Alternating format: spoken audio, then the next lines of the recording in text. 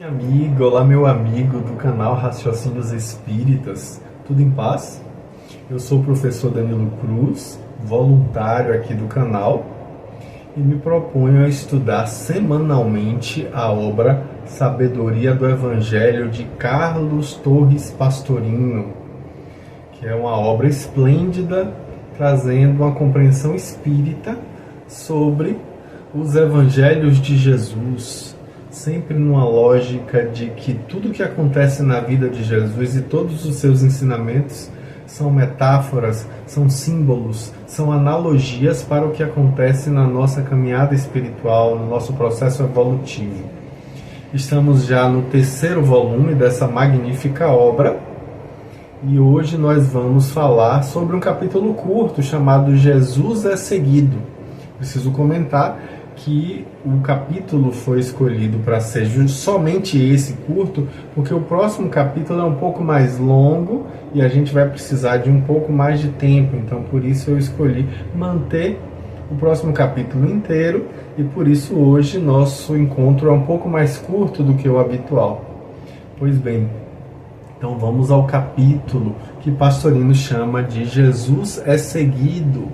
Pois bem, esse capítulo é baseado no Evangelho de Mateus, lá no capítulo 14, versículos de 13 a 14, quando Mateus diz assim: Tendo Jesus ouvido isso, afastou-se dali, num barco, para um lugar deserto, sozinho. E quando as multidões o souberam, seguiram-no das cidades por terra. E Jesus, ao desembarcar, viu grande multidão, compadeceu-se dela e curou seus enfermos. Marcos também fala isso em seu evangelho lá no capítulo 6, versículos 32 a 34, dizendo assim: E foram no barco sozinhos para um lugar deserto. E os viram partir, e muitos o reconheceram. E correram para lá a pé de todas as cidades, e lá chegaram antes deles. Ao desembarcar, viu Jesus grande multidão e compadeceu-se dela, porque era como ovelhas sem pastor. E começou a ensinar-lhes muitas coisas. No Evangelho de Lucas também vemos essa passagem no capítulo 9, versículo 11, quando Lucas coloca da seguinte maneira: E ao saber isso, a multidão seguiu-o. E tendo a Jesus acolhido, falou-lhe do reino de Deus e curava os que tinham necessidade de cura. João, no seu evangelho místico, também vai falar sobre isso no capítulo 6, versículos de 1 a 4, dizendo assim: Depois disso, Jesus atravessou o mar da Galileia, que é o de Tiberíades. Grande multidão seguia-o, porque tinha visto os sinais que operara nos que se achavam enfermos. Jesus subiu ao monte e ali se sentou com seus discípulos.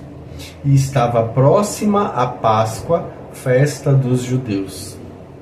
E aí Pastorino então começa comentando, dizendo que duas razões principais levaram Jesus a se afastar da Galileia, dominada por Herodes Antipas.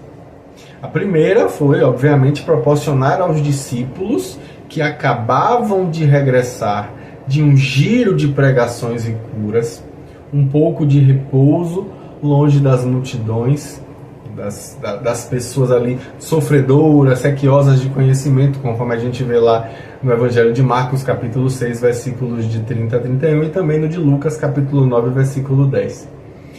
Então, a segunda razão foi discretamente colocar-se fora do alcance do tetrarca, ou seja, de Herodes, que já ouvira falar dele, como a gente viu na semana passada, conforme o Evangelho de Mateus, capítulo 14, versículos de 1 a 5, Marcos 6, 14 a 16 e Lucas 9, 7 a 9. E que, segundo Lucas, procurava conhecê-lo. Ora, tendo ouvido falar nessas coisas, e sobretudo no assassinato de João, Jesus julgou prudente dirigir-se para o território do tetrarca Filipe, a leste do lago, rumando aí para Betsaida Júlias. A gente vê isso lá em Mateus capítulo 14, versículo 22, Lucas capítulo 9, versículo 10. Então essa razão não era assim tão importante, porque no dia seguinte de manhã, Jesus regressou para Cafarnaum. Caladamente ele embarcou com seus discípulos e iniciou a travessia. Aconteceu, entretanto, que as pessoas viram ele embarcando, observaram para onde ele estava indo, e ao verificar para onde ele se dirigia, alguns mais entusiasmados, mais sequiosos, resolveram seguir Jesus por terra. A distância ali entre Cafarnaum e Betsaida Júlias não era de mais do que 10 quilômetros, era menos do que 10 quilômetros. Portanto, podia ser coberta ali igualmente por umas 2 horas e meia de viagem. Marcos, inclusive, assinala que algumas corriam a pé. Então, nesse seu alvoroço alegre, elas iam dando a notícia para todas as pessoas que eles encontravam no caminho, pelas aldeias ali, e novos contingentes engrossavam aquela comitiva de tal modo que, ao desembarcar, Jesus encontrou na praia uma verdadeira multidão que aguardava ele. Então, no barco não havia uma pressa ali, eles iam descansar. Já haviam começado a conversar a respeito do que ocorreu a cada um naquele seu giro, e assim a viagem transcorria de maneira suave, de maneira demorada. Ao ver aquela multidão que se comprimia, frustrando aí as suas intenções originárias de repouso, Jesus não demonstra nenhum movimento de impaciência com aquelas pessoas. Antes, ele na verdade compadeceu-se ternamente. É plagues nister, que é justamente começou a falar-lhe e a curar os enfermos. Então aquela gente humilde, aquela gente pobre, suarenta, desnorteada, lhe deu a impressão de um rebanho sem pastor. Aí Pastorino vai comentar que o Monsenhor Louis Pirot, no seu livro La Sainte Bible, que foi publicado em Paris em 1946, escreve o seguinte: Jesus teve piedade dessa multidão. Os que deviam esclarecê-la, padres e doutores da lei, são infiéis à sua missão ou estão abaixo da sua tarefa, preocupados na maioria unicamente nos proventos pecuniários que lhes renda seu sacerdócio, ou prisioneiros das tradições dos padres que deformaram a lei, que alteraram o verdadeiro espírito do mosaísmo autêntico. Eles são incapazes de guiar um povo ali para o Messias prometido, que no entanto se apresenta em pessoa a Israel. E aí a gente vê que Pastorino coloca, né, que essas palavras não são dele, mas são de um monsenhor católico. E aí ele comenta, mutatis mutandis, né, que diante desses fatos, Jesus sobe na margem para uma pequena elevação do terreno. A gente vê isso em João, no versículo 3, e ali ele começa a falar. As horas passam e todos permanecem embevecidos, presos aos seus lábios, que falavam palavras cheias de amor, conforme a gente vê o Evangelho de Lucas, no capítulo 4, versículo 22, comentar. Então, os enfermos ali, revigorados na saúde, já podem permanecer ali sem maiores sofrimentos. E frequentemente a gente vai ver que a individualidade, ou seja, o símbolo do Cristo, sente uma necessidade imperiosa de recolher-se a um lugar isolado, levando consigo apenas os seus veículos para dedicar-se à meditação e à prece, para conseguirem auscultar a voz do coração, para responder às dúvidas do seu intelecto, para atender às necessidades de suas emoções, ensinando-as, inclusive, a controlarem-se, para aliviar as tensões de suas sensações exacerbadas ali nos embates da vida. E aí Pastorino vai dizer que após a viagem de pregação ou períodos de trabalho mais intensos, ou até mesmo após cada período encarnatório no planeta Terra, nós vamos ver aparecerem sintomas desagradáveis, agregações fluídicas, cansaço cerebral, perturbações emocionais. E sair da multidão para o isolamento do silêncio e da meditação, em contato com o eu profundo, é, na verdade, um remédio muito eficaz. E aí Pastorino comenta que, no entanto, nem sempre se consegue fazer isso.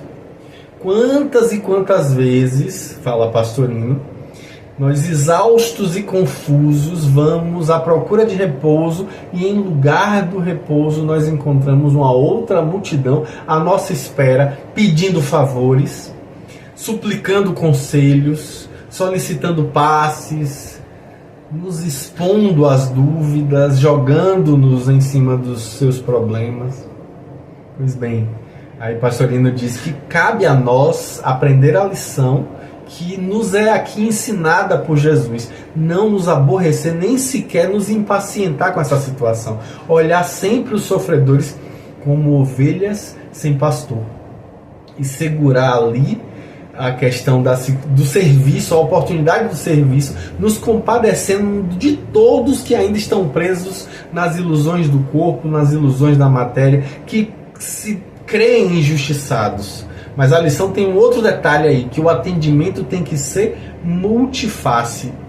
Em primeiro lugar, o ensinamento para que o conhecimento apague as dúvidas, depois a cura dos males. Olha aí que interessante. Primeiro o esclarecimento, depois a cura. Em seguida a gente vê no próximo capítulo, inclusive, né, o atendimento social. Então, a importância da urgência e da necessidade de cada um, dos passos é ensinada aí pela ordem que foi executada pelo mestre. Primeiro o ensino, ou seja, o alimento do espírito, é o atendimento ali mais elevado e mais imprescindível que se pode dar à humanidade. E segundo, a cura das enfermidades, que aí sim vai ser realizada em grande parte pelo próprio conhecimento adquirido com o ensino que foi dado ali, que vai despertar a fé e que vai refazer o equilíbrio. E em terceiro lugar, o último, o atendimento social, o alimento do corpo, que lhe reforcila as forças físicas para lhes dar energias a fim de prosseguir na luta diária. E aí Pastorino ainda traz uma outra interpretação possível. Ele vai dizer o quê? Que nosso eu, nossa individualidade representada pelo Cristo, jamais deve se cansar de atender às necessidades dos seus veículos, nem de perdoar seus erros. Às vezes nós sabemos que é mais difícil perdoar a si mesmo do que perdoar os outros. Apesar de toda a imperfeição e de toda a incapacidade de nossa personalidade, é preciso que a gente aprenda a suportá-la, ensinando-lhe a evoluir, atendendo-a com amor, sem nervosismos, sem angústias, quando ela se mostra ali incapaz de atingir o alvo que nós desejaríamos. Demos-lhes o ensino paciente, sem dela exigirmos mais do que possa nos dar de esforço.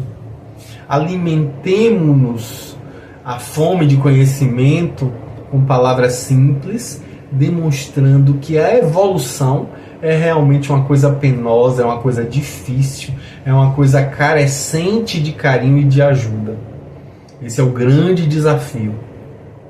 Vencer a si mesmo, vencer as suas imperfeições, as suas impaciências, a fim de ajudar verdadeiramente o outro em seus diversos níveis. Interessante, né? Pois bem, na semana que vem a gente volta. Vamos falar sobre a primeira multiplicação dos pães. Um grande abraço e até lá. Tchau, tchau.